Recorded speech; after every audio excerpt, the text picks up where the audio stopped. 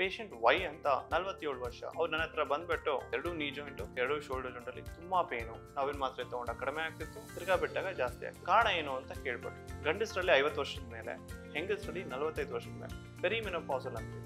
Normal ಆಗಿ periods ಆಗಿ ನಿಂತ ಮೇಲೆ ಮನುಷ್ಯನ ಮೂಳೆಯಲ್ಲಿ ಕ್ಯಾಲ್ಸಿಯಂ ಮತ್ತು ವಿಟಮಿನ್ ಡಿ ಅಂಶ ಕಡಿಮೆ ಆಗೋದ್ರಿಂದ ಮೂಳೆ ನೋವು, ಹಲವು ಕಡೆ ಮೂಳೆ ನೋವು ಅಂತ ಸ್ಟಾರ್ಟ್ ಆಗೋ ಕಾರಣದಿಂದ ನಮಗೆ ಏನೇ ಟ್ರೀಟ್ಮೆಂಟ್ ತಗೊಂಡು ಕಡಿಮೆ ಆಗಲ್ಲ. ಗಂಡಸರಲ್ಲಿ 50 ವರ್ಷ ಆದ್ಮೇಲೆ, ಹೆಂಗಸರಲ್ಲಿ 45 ವರ್ಷ ಆದ್ಮೇಲೆ ನಾವು ಆಸ್ಟಿಯೋಪೋಸಿಸ್ ಟ್ರೀಟ್ಮೆಂಟ್ ನ ಸ್ಟಾರ್ಟ್ ಮಾಡ್ತೀವಿ. ಒಂದು ಕ್ಯಾಲ್ಸಿಯಂ ವಿಟಮಿನ್ ಡಿ ಮಾತ್ರೆ ಕೊಡೋದು, ಟೆರಿಪೆರಟೈಡ್ ಅಂತೀವಿ. ಸೊ ಇದು ಸಿಂಥೆಟಿಕ್ ಹಾರ್ಮೋನ್ ಆಗಿ ಕೊಡ್ತೀವಿ. ಈ ತರ ಹಲವು ರೀತಿಯಾದ ಟ್ರೀಟ್ಮೆಂಟ್ಸ್ ಇರುತ್ತೆ. ಸೊ ಈಗ ಈ ಮೂಳೆ ತೊಂದರೆ ಆಗಬಾರ್ದು, ಹೆಂಗ್ ಮೇಂಟೈನ್ ಮಾಡಬಹುದು ಅಂತ ನೀವು ಕೇಳಿದ್ರೆ, ಬಟ್ ಮೂಳೆ ಸವಿಯೋದು ನಾವ್ ಏನೇ ಮಾಡಿದ್ರು ಅದನ್ನ ಮೇಂಟೈನ್ ಮಾಡ್ಬೋದೇ ಹೊರತು ಅದನ್ನ ಕಂಪ್ಲೀಟ್ ಆಗಿ ಆಗೋದು ತಡೆಯಕ್ಕಾಗಲ್ಲ.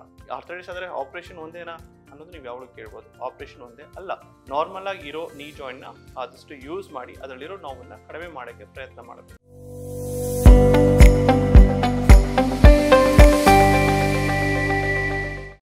ನಮಸ್ಕಾರ, ನನ್ನ ಹೆಸರು ಡಾಕ್ಟರ್ ಪಣೀಂದ್ರ ಸುದರ್ಶನ್ ಅಂತ.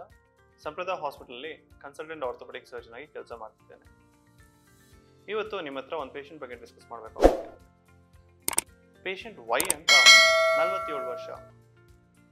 ಅವ್ರು ನನ್ನ ಹತ್ರ ಬಂದ್ಬಿಟ್ಟು ನನಗೆ 2 ನೀ ಜಾಯಿಂಟು 2 ಶೋಲ್ಡರ್ ಜಾಯಿಂಟಲ್ಲಿ ತುಂಬ ಪೇನು, 1 ವರ್ಷದಿಂದ ಅಂತ ಹೇಳ್ತಿದ್ರು. ಮಾತ್ರೆಗಳು ತೊಗೊತಾ ಇದ್ದಾರೆ, ನಾವೇನು ಮಾತ್ರೆ ತೊಗೊಂಡಾಗ ಕಡಿಮೆ ಆಗ್ತಿತ್ತು, ತಿರ್ಗಾ ಬಿಟ್ಟಾಗ ಜಾಸ್ತಿ ಆಗ್ತಿತ್ತು. ಎಕ್ಸ್ರೇ ಮಾಡಿಸಿದ್ದಾರೆ, ಎಕ್ಸ್ರೇ ಏನೂ ಕಾಣ್ತಾ ಇಲ್ಲ. ಸೊ ಕಾರಣ ಏನು ಅಂತ ಕೇಳ್ಬಿಟ್ರು. ಸೊ ಕಾರಣ ಏನು ಅಂತ ನಾವು ಹುಡುಕಿದಾಗ ಫಸ್ಟ್ ರಕ್ತ ಪರೀಕ್ಷೆ ಮಾಡಿಸ್ತೀವಿ.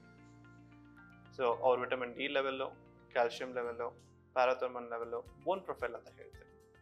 ಅದನ್ನೆಲ್ಲ ಮಾಡಿಸಿದಾಗ ವಿಟಮಿನ್ ಡಿ ಅಂಶ ಬಂದ್ಬಿಟ್ಟು ಸಿವಿಯರ್ ಡಿಫಿಷಿಯನ್ಸಿ ಇಲ್ಲಿತ್ತು, ಅಂದರೆ ತುಂಬ ಕಡಿಮೆ ಇತ್ತು. ಸೊ ಅವ್ರಿಗೆ ವಿಟಮಿನ್ ಡಿ ಟ್ರೀಟ್ಮೆಂಟ್ ಸ್ಟಾರ್ಟ್ ಮಾಡಿದ್ಮೇಲೆ, ಜೊತೆಗೆ ಕ್ಯಾಲ್ಸಿಯಂ ಸಪ್ಲಿಮೆಂಟ್ ಕೂಡ ಸ್ಟಾರ್ಟ್ ಮಾಡಿದ್ಮೇಲೆ ಅವ್ರ ಬೋನ್ ಪೇನ್ಸ್ ಕಂಪ್ಲೀಟಾಗಿ ವಾಸಿ ಆಯಿತು. ಸೊ ಈ ಪೇಷಂಟ್ ಬಗ್ಗೆ ಯಾಕೆ ತಿಳಿಸ್ತಾ ಇದ್ದೀನಿ ಇವತ್ತು ನಿಮಗೆ ಅಂದರೆ, ನಾರ್ಮಲಿ ವಯಸ್ಸಾಗ್ತಾ ಇದ್ದಂಗೆ ಗಂಡಸರಲ್ಲಿ 50 ವರ್ಷದ ಮೇಲೆ, ಹೆಂಗಸರಲ್ಲಿ 45 ವರ್ಷದ ಮೇಲೆ ಪೆರಿಮೆನೋಪಾಸಲ್ ಅಂತೀವಿ. ನಾರ್ಮಲ್ ಆಗಿ ಪೀರಿಯಡ್ಸ್ ಆಗಿ ನಿಂತ ಮೇಲೆ ಆಸ್ಟಿಯೋಪೊರೋಸಿಸ್ ಅಂತೀವಿ. ಹೆಂಗಸರಲ್ಲಿ ಹಾರ್ಮೋನ್ ಇಂಬ್ಯಾಲೆನ್ಸ್ ಆಗುತ್ತೆ, ಗಂಡಸರಲ್ಲಿ ನಾರ್ಮಲ್ ಆಗಿ ಏಜಿಂಗ್ ಇಂದ ಆಸ್ಟಿಯೋಪೊರೋಸಿಸ್ ಆಗುತ್ತೆ. ಅಂದರೆ ಮನುಷ್ಯನ ಮೂಳೆಯಲ್ಲಿ ಕ್ಯಾಲ್ಸಿಯಂ ಮತ್ತು ವಿಟಮಿನ್ ಡಿ ಅಂಶ ಕಡಿಮೆ ಆಗೋದ್ರಿಂದ ಆಸ್ಟಿಯೋಪೊರೋಸಿಸ್ ಅಂತ ಸ್ಟಾರ್ಟ್ ಆಗುತ್ತೆ. ಹಂಗೆ ಸ್ಟಾರ್ಟ್ ಆದಾಗ ಆ ಮೂಳೆಯಲ್ಲಿ ಇರೋ ಕ್ಯಾಲ್ಸಿಯಂ ಸ್ಟೋರ್ಸ್ ಕಡಿಮೆ ಆಗಿ ನಿಮಗೆ ಬೋನ್ ಪೇನ್ ಸ್ಟಾರ್ಟ್ ಆಗುತ್ತೆ. ಮೂಳೆ ನೋವು ಹಲವು ಕಡೆ ಮೂಳೆ ನೋವು ಅಂತ ಸ್ಟಾರ್ಟ್ ಆಗೋ ಕಾರಣದಿಂದ ನಮಗೆ ಏನೇ ಟ್ರೀಟ್ಮೆಂಟ್ ತೊಗೊಂಡು ಕಡಿಮೆ ಆಗಲ್ಲ. ಸೊ ಇದರಿಂದ ನಮ್ಗೆ ಏನು ಅರ್ಥ ಆಗುತ್ತೆ ಅಂದರೆ, ಒಂದು ವಯಸ್ಸಾದ್ಮೇಲೆ, ಗಂಡಸರಲ್ಲಿ 50 ವರ್ಷ ಆದಮೇಲೆ, ಹೆಂಗಸರಲ್ಲಿ 45 ವರ್ಷ ಆದಮೇಲೆ ಇಯರ್ಲಿ ಒನ್ಸ್ ಬೋನ್ ಪ್ರೊಫೈಲ್ ಮಾಡಿಸೋದ್ರಿಂದ ನಮಗೆ ತುಂಬ ಅನುಕೂಲ ಆಗುತ್ತೆ. ಬಟ್ ಬೋನ್ ಪ್ರೊಫೈಲ್ ಮಾಡಿಸಿ ವಿಟಮಿನ್ ಡಿ, ಕ್ಯಾಲ್ಸಿಯಂ ಸಪ್ಲಿಮೆಂಟ್ ಎಲ್ಲ ತೊಗೊಂಡ್ಮೇಲೂ ನಿಮಗೆ ತುಂಬ ನೋವಾಗ್ತಿದೆ ಅಂತ ಹೇಳಿದ್ರೆ, ಆಗ ಆಸ್ಟಿಯೋಪೊರೋಸಿಸ್ ಮ್ಯಾನೇಜ್ಮೆಂಟ್ ಅಂತೀವಿ. ಅಂದರೆ ಮೂಳೆ ಸವಿಯೋದು, ಅದನ್ನು ಕಡಿಮೆ ಮಾಡೋಕ್ಕೆ ನಾವೇನು ಮಾಡ್ತೀವಿ ಅಂದರೆ ಡೆಕ್ಸಾ ಸ್ಕ್ಯಾನ್ ಅಂತ ಮಾಡಿಸ್ತೀವಿ. ಅದರಲ್ಲಿ ನಮಗೆ ಆಸ್ಟಿಯೋಪೊರೋಸಿಸ್ ಇದೆಯಾ ಇಲ್ವಾ ಅಂತ ಗೊತ್ತಾಗುತ್ತೆ. ಅದನ್ನು ನೋಡಿಕೊಂಡು ನಾವು ಆಸ್ಟಿಯೋಪೊರೋಸಿಸ್ ಟ್ರೀಟ್ಮೆಂಟ್ನ ಸ್ಟಾರ್ಟ್ ಮಾಡ್ತೀವಿ. ಆಸ್ಟಿಯೋಪೊರೋಸಿಸ್ ಟ್ರೀಟ್ಮೆಂಟ್ ಹಲವು ರೀತಿಯಲ್ಲಿರುತ್ತೆ. ಒಂದು ಕ್ಯಾಲ್ಸಿಯಮ್ ವಿಟಮಿನ್ ಡಿ ಮಾತ್ರೆ ಕೊಡೋದು, ಇನ್ನೊಂದು ಬಿಸ್ಫಾಸ್ಫನೇಟ್ಸ್ ಅಂತೇವೆ, ಇಲ್ಲಾಂದರೆ ನಾರ್ಮಲ್ ಆಗಿ ಹಾರ್ಮೋನ್ ರಿಪ್ಲೇಸ್ಮೆಂಟ್ ಥೆರಪಿ ಅಂತಲೂ ಹೇಳ್ತೀವಿ. ಹೆಂಗಸರಲ್ಲಿ ಹಾರ್ಮೋನ್ ತೊಂದರೆಯಿಂದ ಆಸ್ಟಿಯೋಪೊರೋಸಿಸ್ ಆಗ್ತಿದ್ರೆ ಅದನ್ನು ಹಾರ್ಮೋನ್ ರಿಪ್ಲೇಸ್ ಥೆರಪಿಯಿಂದ ಸ್ಟಾರ್ಟ್ ಮಾಡ್ಬೋದು. ಒಂದ್ಸತಿ ಟೆರಿಪೆರಟೈಡ್ ಅಂತೀವಿ. ಸೊ ಇದು ಸಿಂಥೆಟಿಕ್ ಹಾರ್ಮೋನ್ ಆಗಿ ಕೊಡ್ತೀವಿ. ಇದು ಕೊಟ್ಟಾಗ ಏನಾಗುತ್ತೆ, ನಿಮಗೆ ಆ ಬೋನ್ ಫಾರ್ಮೇಷನ್ಗೆ ಹೆಲ್ಪ್ ಮಾಡುತ್ತೆ. ಈ ಥರ ಹಲವು ರೀತಿಯಾದ ಟ್ರೀಟ್ಮೆಂಟ್ಸ್ ಇರುತ್ತೆ. ಇದನ್ನು ನಿಮ್ಮ ಯಾವ ಲೆವೆಲ್ ಆಸ್ಟಿಯೋಪೊರೋಸಿಸ್ ಅಂದರೆ ನಿಮ್ಮ ಮೂಳೆ ಯಾವ ರೀತಿಲಿ ಸವಿತಾ ಇದೆ ಅಂತ ನೋಡಿಕೊಂಡು, ಎಷ್ಟು ಮಟ್ಟಿಗೆ ಸವಿದೆ ಅಂತ ನೋಡಿಕೊಂಡು ನಾವು ಟ್ರೀಟ್ಮೆಂಟ್ ಸ್ಟಾರ್ಟ್ ಮಾಡಬೇಕಾಗುತ್ತೆ. ಸೊ ಈಗ ಈ ಮೂಳೆ ತೊಂದರೆ ಆಗಬಾರ್ದು, ಹೆಂಗೆ ಮೇಂಟೈನ್ ಮಾಡ್ಬೋದು ಅಂತ ನೀವು ಕೇಳಿದ್ರೆ, ನಾನು ಹೇಳೋದು ಒಂದೇ ಮಾತು, ಎಕ್ಸಸೈಸ್. ನೀವೆಷ್ಟು ಒಂದು ಬೇಸಿಕ್ ಎಕ್ಸಸೈಸ್ ದಿನ ಎದ್ಬಿಟ್ಟು ನಾರ್ಮಲ್ ಮೊಬಿಲಿಟಿ ಅಂತೀವಿ, ಅಂದರೆ ನಡೆಯೋದು, ಆದರೆ ಸ್ಲೋ ಜಾಗ್ ಮಾಡೋದು, ಇಲ್ಲ ಅಂದರೆ ಎಕ್ಸಸೈಸ್ ಮಾಡಿ ಸ್ಟ್ರೆಚ್ ಮಾಡೋದು ಜಾಯಿಂಟ್ಸ್ನ, ಇದನ್ನು ಮಾಡ್ತಾ ಇದ್ದಾಗ ಅದು ಸ್ಟಿಮ್ಯುಲಸ್ ಆಗಿ ಆ್ಯಕ್ಟ್ ಮಾಡಿ ನಿಮಗೆ ಆಸ್ಟಿಯೋಪೊರೋಸಿಸ್ನ ಆದಷ್ಟು ಕಡಿಮೆ ಮಾಡುತ್ತೆ. ಇದರ ಜೊತೆಗೆ ನೀವು ಇಯರ್ಲಿ ಒನ್ಸ್ ಆ ಬೋನ್ ಪ್ರೊಫೈಲ್, ಕ್ಯಾಲ್ಸಿಯಂ ವಿಟಮಿನ್ ಡಿ ಅಂಶನ ನೀವು ಪರೀಕ್ಷೆ ಮಾಡಿಸ್ತಾ ಇದ್ದಾಗ ನಿಮಗೆ ಯಾವುದೇ ಡಿಫಿಷಿಯನ್ಸಿ ಬರ್ದಿರೋ ಥರ ನಮಗೆ ಹೆಲ್ಪ್ ಆಗುತ್ತೆ.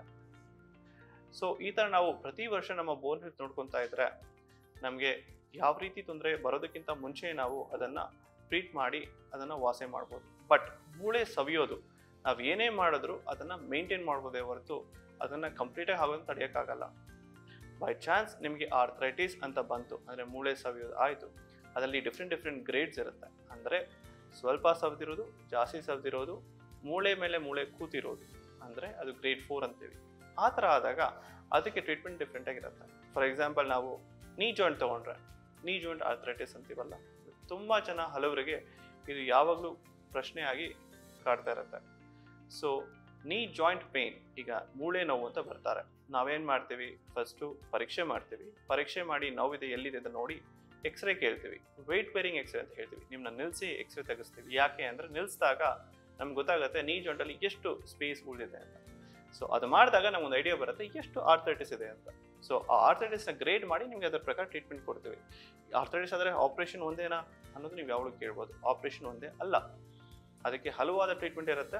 ಫಸ್ಟು ಮಾತ್ರೆ ಕೊಡ್ತೀವಿ, ಕಡಿಮೆ ಆಗಿಲ್ಲ ಇಂಜೆಕ್ಷನ್ ಕೊಡ್ತೀವಿ. PRP ಇರ್ಬೋದು, ಗ್ರೋತ್ ಫ್ಯಾಕ್ಟರ್ ಕಾನ್ಸಂಟ್ರೇಟ್ ಇರ್ಬೋದು, ಅಂದರೆ ನಿಮ್ಮದೇ ರಕ್ತ ತಗೊಂಡು ಅದರಿಂದ ಪ್ರಿಪೇರ್ ಮಾಡಿ ಕೊಡುವಂಥದ್ದು. ಇದೆಲ್ಲ ಏನು ಮಾಡುತ್ತೆ, ನಿಮ್ಮ ನೀ ಜಾಯಿಂಟಲ್ಲಿ ಇನ್ಫ್ಲಮೇಷನ್ ಅಂತೀವಲ್ಲ ಅದರಿಂದ ಬರೋ ನೋವನ್ನು ಕಡಿಮೆ ಮಾಡುತ್ತೆ ಮತ್ತು ನಿಮಗೆ ಆರಾಮಾಗಿ ನಡೆಯೋಕ್ಕೆ ಹೆಲ್ಪ್ ಮಾಡುತ್ತೆ. ಬಟ್ ನಿಮ್ಮ ನೀ ಜಾಯಿಂಟು ಬೈ ಚಾನ್ಸ್ ಡಿಫಾರ್ಮಿಟಿ ಅಂತೀವಿ, ಕಾಲು ಸೊಟ್ಟ ಹೋಗ್ತಾ ಇದೆ, ನಡೆಯೋಕ್ಕಾಗ್ತಾ ಇಲ್ಲ, ತುಂಬ ಇನ್ಸ್ಟೆಬಿಲಿಟಿ ಇದೆ ಅಂತ ಹೇಳಿದಾಗ ಆಗ ಫಸ್ಟು ಫಿಸಿಯೋಥೆರಪಿ ಮಾಡಿಸಿ ನೋಡ್ತೀವಿ, ಟ್ರೈ ಮಾಡಿ. ಅದರಲ್ಲಿ ಆಗ್ತಾನೆ ಇಲ್ಲ ಅಂತ ಹೇಳಿದಾಗ ಅದಕ್ಕೆ ಆಪ್ರೇಷನ್ ಮಾಡಬೇಕಾಗಿ ಬರುತ್ತೆ. ಸೊ ಆಪ್ರೇಷನ್ ಏನೇನು ಥರ ಮಾಡ್ಬೋದು ಅಂತ ನೀವು ಕೇಳ್ಬೋದು. ಟೋಟಲ್ ನೀ ರೀಪ್ಲೇಸ್ಮೆಂಟ್ ಒಂದೇನ ಇರೋದು ಇಲ್ಲ, ಅದರಲ್ಲೂ ಹಲವು ರೀತಿಯಾದ ಆಪ್ರೇಷನ್ಸ್ ಇರುತ್ತೆ. ಸೊ ಹೈ ಟಿಬಿಯಲ್ ಆಸ್ಟಿಯೋಟಮಿ ಅಂತೀವಿ, ಅಂದರೆ ವಯಸ್ಸು ತುಂಬ ಚಿಕ್ಕದು. ಈಗ ನಿಮಗೆ ಟೋಟಲ್ ನೀ ಆಪ್ರೇಷನ್ ಅಂತ ವಯಸ್ಸಲ್ಲ, ಅಂಥ ಟೈಮಲ್ಲಿ ಏನು ಮಾಡ್ತೀವಿ, ನಿಮ್ಮ ಮೂಳೆಯನ್ನು ಕಟ್ ಮಾಡಿ ಎಲ್ಲಿ ಆ ಸ್ಪೇಸ್ ಕಡಿಮೆ ಇರುತ್ತೋ ಅದನ್ನು ಜಾಸ್ತಿ ಮಾಡಿ ಒಂದು ಪ್ಲೇಟ್ ಹಾಕಿ ಅದರ ಮೇಲೆ ನಡ್ಸೋಕ್ಕೆ ಸ್ಟಾರ್ಟ್ ಮಾಡ್ತೀವಿ. ಅದರಿಂದ ನಮ್ಮ 5 ರಿಂದ 10 ವರ್ಷ ಮುಂದಕ್ಕೆ ಹಾಕ್ಬೋದು ನಿಮ್ಮ ನೀ ಜಾಯಿಂಟ್ ಸರ್ಜರಿ. ಇಲ್ಲ ಅಂದರೆ ಈಗ ಪಾರ್ಷಲ್ ನೀ ಸರ್ಜರಿ ಅಂತೀವಿ, ಅಂದರೆ ಕಂಪ್ಲೀಟ್ ನೀ ರೀಪ್ಲೇಸ್ ಮಾಡೋದಕ್ಕಿಂತ ನಾವು ಬರೀ ನೀನ ಒಂದು ಭಾಗನ ಮಾತ್ರ ರೀಪ್ಲೇಸ್ ಮಾಡ್ತೀವಿ. ಅದನ್ನು ಯೂನಿಕಾಂಡಿಲರ್ ರೀಪ್ಲೇಸ್ಮೆಂಟ್ ಅಂತೀವಿ.